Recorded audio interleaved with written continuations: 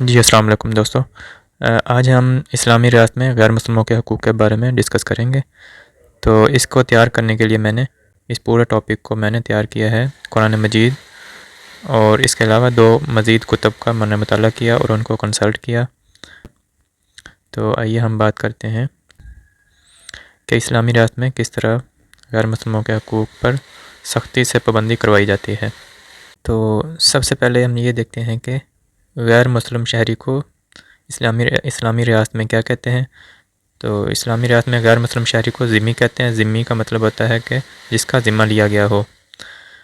تو ذمہ اور اسلامی ریاست کے درمیان میں ایک معاہدہ ہوتا ہے، اس معاہدے کو عقد الذمہ کہتے ہیں، عقد الذمہ۔ شروع کرنے سے پہلے ہم قرآن مجید کی دو آیات شامل کر لیتے ہیں۔ قرآن مجید فرماتا ہے لا اکراہ فی الدین، کہ دین میں کسی قسم کی کوئی جبر یا کوئی سختی نہیں، کوئی زبردستی نہیں۔ یہ سورۃ البقرہ کی آیت نمبر 256 تھی، اور اس کے علاوہ ہم الکافرون کی آیت نمبر 6 کو دیکھتے ہیں۔ اگر آپ چاہیں تو 1 سے 6 تک بھی لکھ سکتے ہیں، کیونکہ یہ سورۃ الکافرون تقریباً ہر بندے کو یاد ہوتی ہے۔ تو اس میں آپ لکھیں گے لکم دینکم ولی دین۔ یہ امپورٹنٹ آیت ہے، الکافرون کی 6 نمبر آیت۔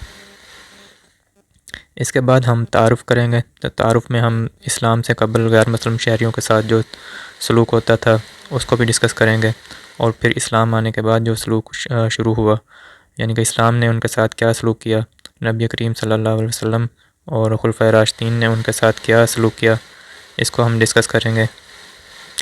تو اسلام نے غیر مسلموں کے حقوق کے تحفظ کے ضمن میں اعلیٰ روایات قائم کی ہیں، اور نبی کریم صلی اللہ علیہ وسلم کی بعثت کے وقت ہم اثر تمدنی حالت یہ تھی کہ بیشتر سلطنتوں میں اقلیتوں سے امتیازی سلوک روا رکھا جاتا تھا۔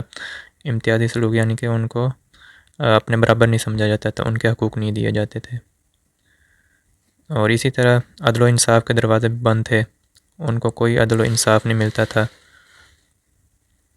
اور نہ ہی ان کو شہری اور سیاسی حقوق حاصل تھے۔ یہ اسلام سے قبل کی بات ہو رہی ہے۔ اسلام آیا تو اسلام نے میثاق مدینہ سے شروع کیا آزادی دینا، یعنی کہ میثاق مدینہ میں نبی کریم صلی اللہ علیہ وسلم نے یہودیوں کو آزادی دی، اور جو عیسائی وغیرہ بھی تھے ان کو آزادی کا ایک نئے تصور سے روشناس کرایا۔ اس کے بعد خلفائے راشدین نے بھی حضور اکرم صلی اللہ علیہ وسلم کے اس منشور کے حقیقی روح پر پورا عمل کر کے دکھایا۔ تو اس کو آپ ہیڈنگ بناتے ہوئے آپ اس کو تعارف لکھ لیں گے، اور تعارف میں جو باتیں میں نے بتائی یہ اسلام سے قبل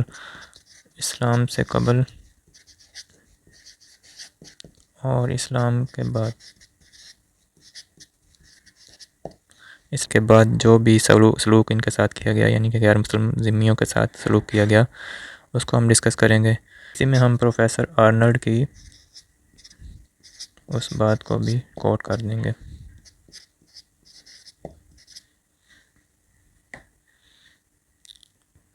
کہ مسلمان حکومتوں نے رواداری کا جو رویہ اقلیتوں کے لیے اپنایا، اس کی نظیر تو یورپ کی حالیہ تاریخ بھی دینے سے قاصر ہے، بلکہ ایسے ممالک جہاں مسلمان صدیوں تک حکمران رہے، وہاں عیسائیوں کا وجود ہی اس بات کی غمازی کرتا ہے کہ مسلمان حکمرانوں کا رویہ من حیث المجموعی رواداری پر مبنی تھا۔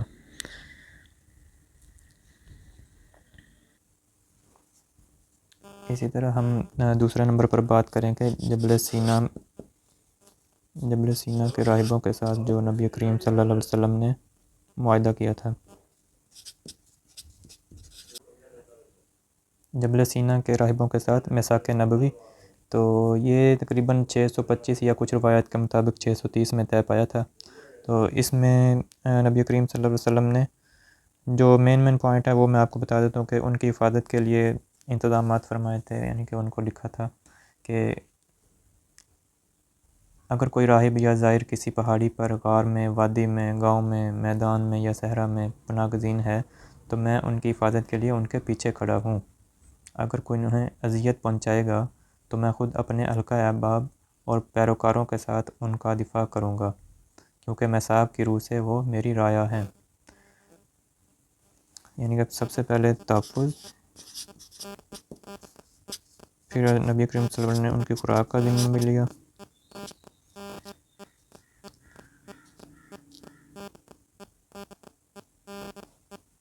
اور یہ لکھوایا کہ ان کے کوئی جبر نہیں کیا جائے گا، ان کے ساتھ جبر سے کوئی کام نہیں لیا جائے گا۔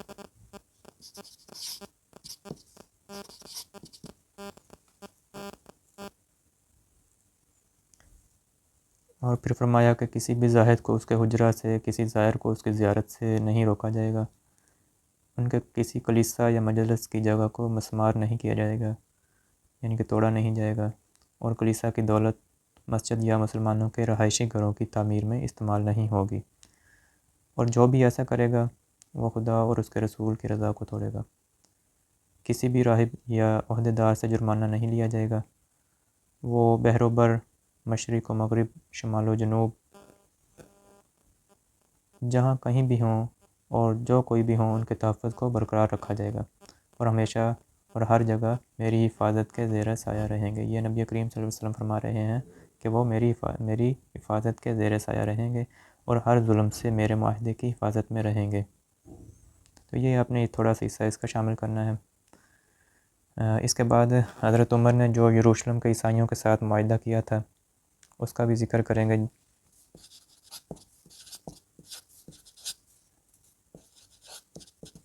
یروشلم کے عیسائیوں کے ساتھ میثاق عمریہ، تو یہ تقریباً 637 میں طے پایا تھا۔ تو اس میں مین جو پوائنٹ ہیں وہ یہ ہیں کہ یہ وہ امان نامہ ہے جو امیر المومنین حضرت عمر رضی اللہ عنہ نے بیت المقدس کے باشندوں کو لکھ کر دیا۔ اس میں ان کی جان و مال، گرجا اور صلیب کی امان دی جاتی ہے، اور اس میں تندرست اور بیمار غرض ان کے مذہب کے تمام لوگ شامل ہیں۔ ان کے گرجوں کو رہائش گاہ نہیں بنایا جائے گا، اور نہ ہی وہ منہدم کیے جائیں گے، اور نہ ان کا احاطہ کم کیا جائے گا، نہ ان کی صلیب اور نہ ان کے اموال کو نقصان پہنچایا جائے گا۔ تو اسی طرح مذہب کے بارے میں بھی ان پر کسی طرح کا کوئی جبر نہیں کیا جائے گا، اور نہ ہی اس کے مذہب کی وجہ سے انہیں کوئی ضرر پہنچایا جائے گا۔ تو اس میں مین 3 چیزوں کا آپ یاد رکھیں: جان و مال کا، گرجا گھروں کی حفاظت اور صلیب کی حفاظت کا ذمہ حضرت عمر رضی اللہ عنہ نے لیا تھا۔ اور اس کے بعد جو ہے مذہب کے بارے میں جبر سے منع فرمایا تھا۔ اب ہم غیر مسلموں کے حقوق پر بات کرنے سے پہلے یہ دیکھیں گے کہ غیر مسلموں کی درجہ بندی کس طرح کی جاتی ہے، یعنی کہ کسی اسلامی معاشرے میں غیر مسلموں کی درجہ بندی کس طرح کی جاتی ہے۔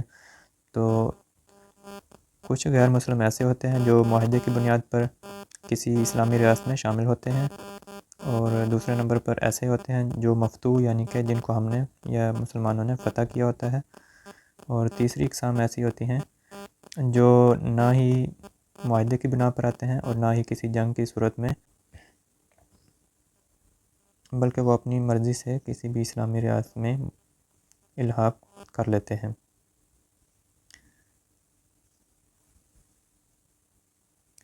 تو اب ہم اصل بات پر آتے ہیں کہ غیر مسلموں کے حقوق اسلام میں کس طرح دیے گئے ہیں۔ تو سب سے پہلے ہم بات کریں گے حق زندگی۔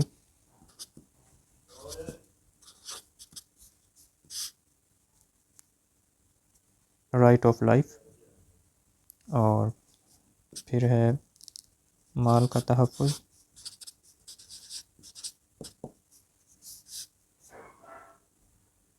عزت کا تحفظ،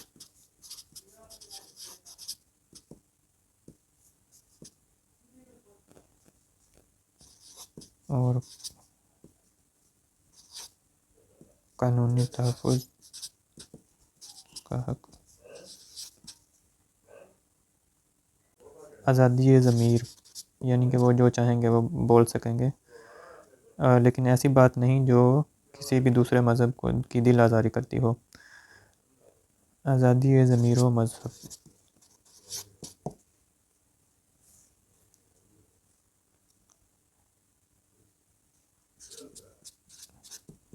کاروبار، بزنس یا کسی نوکری کے حقوق۔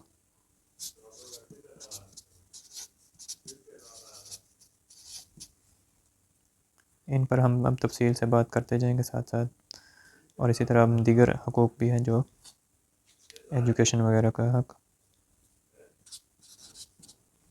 تو اب ہم سب سے پہلے حق زندگی پر بات کرتے ہیں۔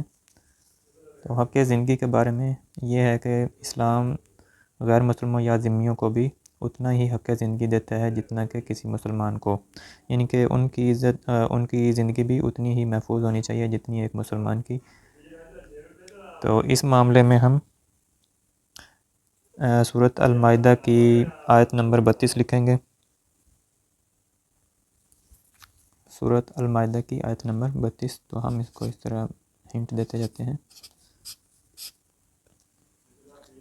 سورۃ نمبر 5 اور آیت نمبر 32، اس میں قرآن مجید میں ہے کہ من قتل نفسا بغیر نفس او فساد فی الارض فکأنما قتل الناس جميعا۔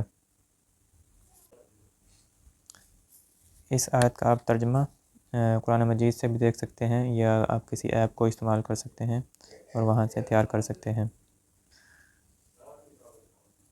اب اسی طرح ہم ایک حدیث کو کوٹ کریں گے۔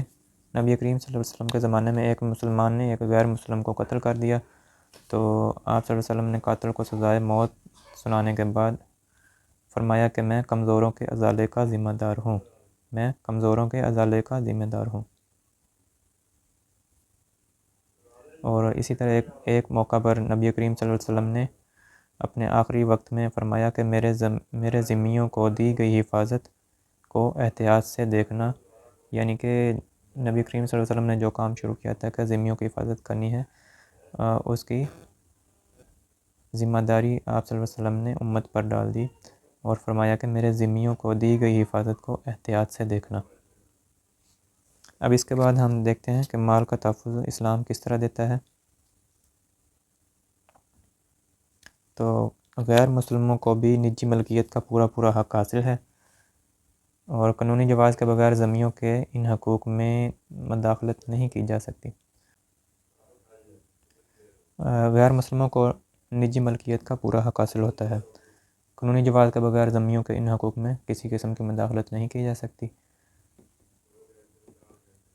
اور مقررہ حد سے زیادہ ان سے جزیہ بھی نہیں لیا جا سکتا، اور ذمیوں کے ساتھ ظلم کرنے والی کی شکایت حضور اکرم صلی اللہ علیہ وسلم خود کریں گے۔ لیکن اگر کوئی مسلمان ان کی کوئی جائیداد خریدنا چاہے تو مناسب دام دے کر ان سے خرید سکتا ہے۔ مناسب دام سے مراد یہ ہے کہ اس وقت جو اس کا ریٹ چل رہا ہوگا زمین کا، وہ دے کر آپ خرید سکتے ہیں، یا کوئی اور جائیداد بھی اسی طریقے سے اس کا ریٹ لگوا کر آپ خرید سکتے ہیں۔ اس کے بعد ہم بات کرتے ہیں عزت کے تحفظ پر۔ تو غیر مسلموں کو اسلامی مملکت میں عزت و شہرت کا حق دیا گیا ہے، ان پر غلط طور پر الزام تراشی نہیں ہم کر سکتے، ان کی غیبت کرنے سے منع کیا گیا ہے، اور ان کے وقار کو مجروح کرنا بھی منع ہے۔ ان کے حقوق پر دست درازی کی صورت میں وہ مملکت کے قانون کے ذریعے انصاف طلب کر سکتے ہیں۔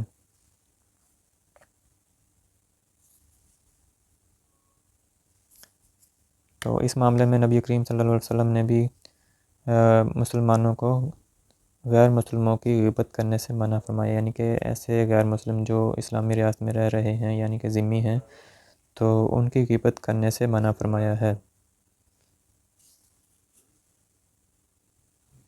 اب اس کے بعد ہم بات کرتے ہیں قانونی تحفظ کا حق، کہ ان کو اپنے قانون کے مطابق فیصلے کرنے کا حق ہے۔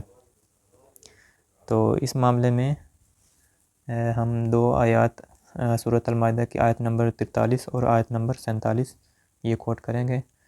تو آیت نمبر 43 میں ہے کہ اے نبی، ہم اس میں ترجمہ کریں گے، تو ہے کہ اے نبی، یہ لوگ آپ کو حکم کیسے بنا سکتے ہیں، یعنی کہ فیصلہ کرنے والا کیسے بنا سکتے ہیں۔ اے نبی، یہ لوگ آپ کو حکم کیسے بنا سکتے ہیں جبکہ ان کے پاس تورات موجود ہے جس میں اللہ کا حکم موجود ہے۔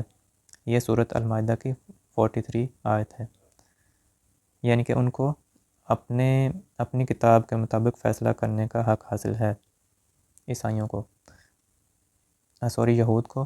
اب دوسری آیت میں عیسائیوں کا ذکر ہے،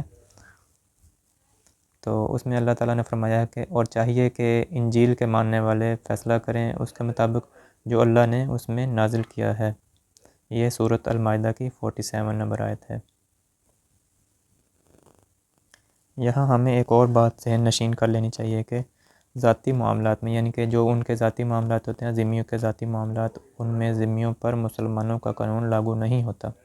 جیسا کہ ان کو کسی شادی کا کوئی قانون ہو کہ اس عمر میں کرنی ہے یا لیکن مسلمان ان کو اپنے 18 سال والا یہ قانون جو ہے اس پر نہیں لا سکتے، یعنی کہ یہ والا قانون ان پر لاگو نہیں ہو سکتا، تو وہ اپنے ذاتی جو معاملات ہیں ان میں اپنا قانون لاگو کر سکتے ہیں۔ اب اسی طرح اسلام جو ہے ان کو آزادی ضمیر و مذہب، اور اسی طرح ان کو کلچر اور معاشرتی آزادی، ان کی زبان، لباس، رسومات، ثقافت کو دیکھ لیں، اور عبادت گاہوں کا تحفظ، ان سب کو جو ہے تحفظ دیا جائے گا اسلامی ریاست میں۔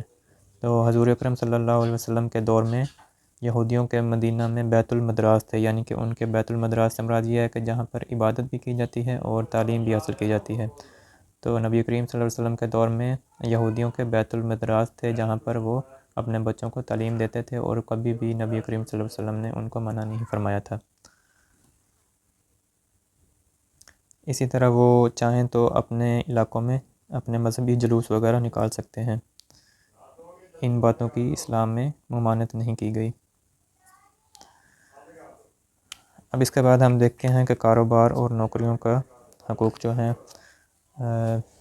تو اس پر بات کرتے ہیں کہ چند بڑے عہدوں کے علاوہ، یعنی کہ جس طرح ہیڈ آف اسٹیٹ ہوتا ہے، یا اسی طرح کے ملتے جلتے جو بڑے عہدے ہوتے ہیں جن میں اختیارات زیادہ ہوتے ہیں، تو ان عہدوں کے علاوہ باقی تمام جگہوں پر ان کو نوکری بھی دی جا سکتی ہے اور کاروبار کرنے کی بھی اجازت ہو سکتی ہے، لیکن ایسے کاروبار نہیں کر سکتے جن سے مسلمانوں کو کوئی نقصان ہو اخلاقی یا معاشرتی طور پر، جیسا کہ وہ سور کا گوشت نہیں بیچ سکتے یا شراب مسلمانوں کو نہیں بیچ سکتے۔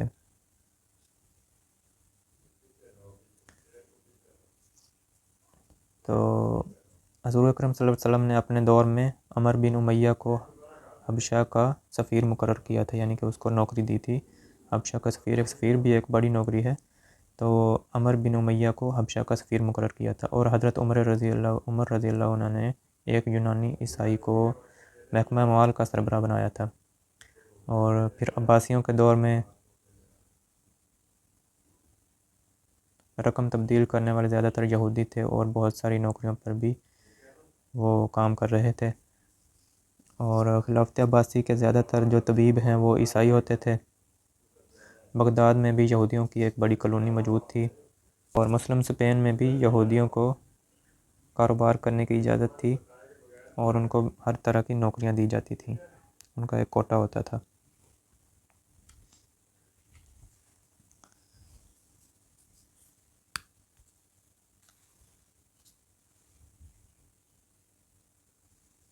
اب ان کو جو ہے سیاسی نمائندگی کا بھی حق حاصل تھا،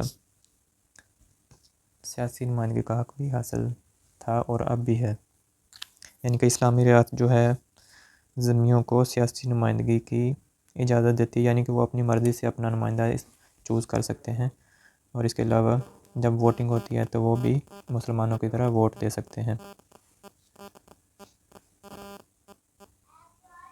وہ بیوروکریسی میں بھی تمام عہدوں پر متمکن ہو سکتے ہیں، اور اس کے علاوہ وہ اقتصادی ترقی، سیاسی نمائندگی، سماجی رواداری، تعلیمی ترقی اور جدیدیت کے زیر اثر غیر مسلموں کے لیے مزید تفاوت کا باعث بنے گا، یعنی کہ یہ مسلمانوں کو ہدایات دی گئی ہیں کہ وہ ان کو غیر مسلموں کے لیے فائدے کا باعث بنے، یعنی کہ ان کو بھی نوکریاں دیں اور ان کو بھی اپنی ترقی میں شامل کریں۔ اسلام نے جو ہے غیر مسلموں کی مالی امداد کی بھی تلقین کی ہے، یعنی کہ معذور یا ایسے ذمی جو کسی وجہ سے ہاتھ پھیلانے پر مجبور ہوں، یعنی کہ مانگنے پر مجبور ہوں، یا کسی ناگہانی آفت کا شکار ہو گئے ہوں، امداد کا ہم ایک ٹاپک کر لیتے ہیں، غیر مسلموں کی امداد یا ذمیوں کی امداد۔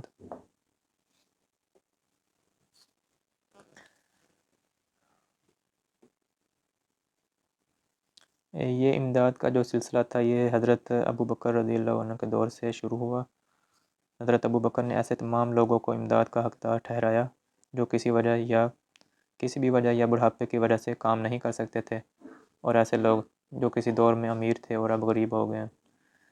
تو ایسے لوگ جو اپنے ہم مذہبوں سے یعنی کہ اپنے مذہب والوں سے امداد لے کر زندگی گزارتے ہیں، ایسے لوگ جزیہ دینے سے مبرہ ہوں گے، یعنی کہ وہ جزیہ نہیں دیں گے، اور ان کی مدد بیت المال سے کی گئی تھی، یعنی کہ یہ حضرت ابو بکر رضی اللہ عنہ نے شروع کیا تھا۔ اس کے بعد ہم ایک ہیڈنگ بنا لیتے ہیں، احسان والا سلوک کرنا۔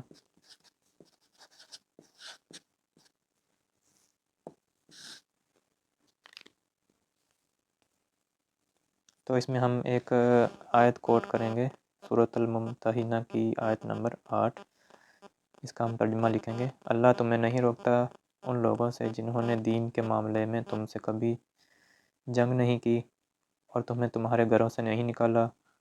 تم ان سے کوئی بھلائی کرو یا انصاف کا معاملہ کرو، بے شک اللہ انصاف کرنے والوں کو پسند کرتا ہے۔ الممتحنہ آیت نمبر 8۔ اس کے بعد ہم المائدہ کی ایک اور آیت کوٹ کریں گے، المائدہ کی آیت نمبر 5۔ آج تمہارے لیے تمام چیزیں جو پاکیزہ ہیں حلال کر دی گئی ہیں، اور اہل کتاب کا کھانا تمہارے لیے حلال ہے، اسی طرح تمہارا کھانا بھی ان کے لیے حلال ہے، اور اہل ایمان میں سے خاندانی عورتیں ان لوگوں کی جن کو تم سے پہلے کتاب دی گئی تھی، یعنی کہ یہ عورتیں بھی مسلمانوں کے لیے حلال قرار دی گئی ہیں۔